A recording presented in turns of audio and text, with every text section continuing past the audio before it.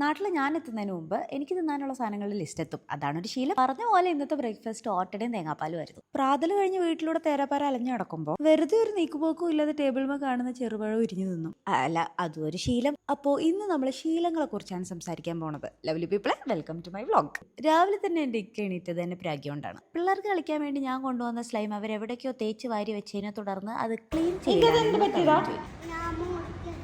എന്തറിഞ്ഞു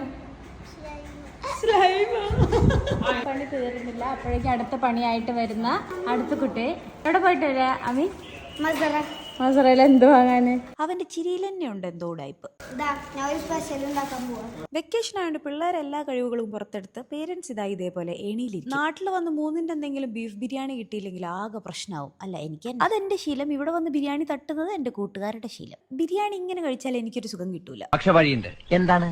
ചായ മാറ്റാം. ഇത് ബിരിയാണിയോട് ചെയ്യുന്ന ചതിയല്ലേ നിങ്ങൾക്ക് ഒരു പക്ഷെ തോന്നിയേക്കാം. പക്ഷെ ഇറ്റ്സ് ആക്ച്വലി ടേസ്റ്റി. ആ ചെറുപഴം കുഴച്ച് ബിരിയാണി അങ്ങ് കഴിക്കുമ്പോൾ വികൃതം നിങ്ങൾക്ക് തോന്നിയേക്കാം. പക്ഷെ യമ്മാണ്. അത് എനിക്ക് എൻ്റെ ഉമ്മാൻ്റെ അടുത്ത് നിന്ന് കിട്ടിയ ശീലമാണ്.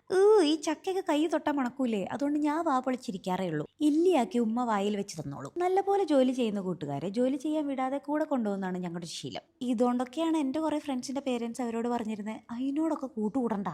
അവരെ ഞാൻ തെറ്റ് പറയില്ല. നാട്ടിലെത്തിയ നേരെ പോണത് കുടുംബക്കാരെ കാണാനൊന്നുമല്ല, നേരെ സലൂണിലേക്ക്. വാട്ടർ സേവിങ് എൻ്റെ ജീവിതത്തിന്റെ ഒരു മെയിൻ ലക്ഷ്യമായതുകൊണ്ട് എന്നെ ഒന്ന് കുളിപ്പിച്ച് മെനയാക്കി എടുക്കാൻ അവർ ഇച്ചിരി കഷ്ടപ്പെട്ടെ. 2 പ്ലേറ്റ് കട്ടിങ്ങും സ്റ്റൈലിങ്ങും കഴിഞ്ഞ് ഞാൻ അപ്പുറത്ത് പോയപ്പോൾ ഗ്രൂമാൻ പോവാണ്. സ്റ്റൈലിസ്റ്റ് കൊത്തുപടി തുടങ്ങി. സ്റ്റൈലിസ്റ്റിനെയും ഗ്രൂമിനെയും ഒരുപോലെ വെറുപ്പിച്ചുകൊണ്ട് ഞങ്ങൾ അവിടെ സൊറ പറഞ്ഞിരുന്നു. ഒട്ടും കുറച്ചില്ല, ഫ്രണ്ട്സിനെ വിളിച്ച് കാണിച്ചു കൊടുത്തു. സ്റ്റൈലിംഗ് കഴിഞ്ഞപ്പോൾ വെറും കുട്ടപ്പനല്ല, കുട്ടപ്പൻ 2.0 ആയി. അല്ല, കുട്ടി ശീലങ്ങളൊക്കെ മറന്നിരിക്കണു. വന്നിട്ട് 2 ദിവസമായിട്ടും ഫലൂദ അകത്ത് ചെന്നില്ല. എന്തോ ഒരു കുറവുണ്ടെന്ന് മനസ്സ് പറയണ്ടായി. ഇതായിരുന്നതേ. ഇപ്പൊ തൃപ്തിയായിട്ടുണ്ട്. കല്യാണത്തിന് ഇനി കുറച്ച് ദിവസം കൂടി ഉള്ളൂ. ഡ്രസ്സ് എടുക്കാനുള്ള അളവൊക്കെ കൊടുത്തു. കഴിഞ്ഞ് വീട്ടിലെത്തി ബാക്കിയുള്ള ബീഫ് ബിരിയാണി എന്തിനാ വെറുതെ വേസ്റ്റ് ആക്കണമെന്ന് വിചാരിച്ച് അതുകൂടെ കഷ്ടപ്പെട്ട് കഴിച്ചു. അപ്പോഴേക്കും ഉമ്മയുടെ കാടമുട്ട, അച്ചാറ്, കല്ലുമ്മക്കായ അച്ചാറ് എല്ലാം എടുത്തു കൊണ്ടത്. വെക്കേഷനൊക്കെ കുറച്ച് ദിവസം മാത്രം വന്നാൽ ഇങ്ങനെ മൂക്ക് മുട്ടത്തിന്ന് അവർ തരുന്ന സ്നേഹം കൈപ്പറ്റി ഇങ്ങനെ ജീവിക്കാം. അല്ലാതെ കൂടുതൽ ദിവസം വന്നാൽ അവർക്ക് നമ്മൾ മടുത്തു പോകും. സത്യം. എല്ലാവരും ഈ ഒരു ടിപ്പ് മനസ്സിൽ വെച്ചിട്ട് വേണം വരാൻ.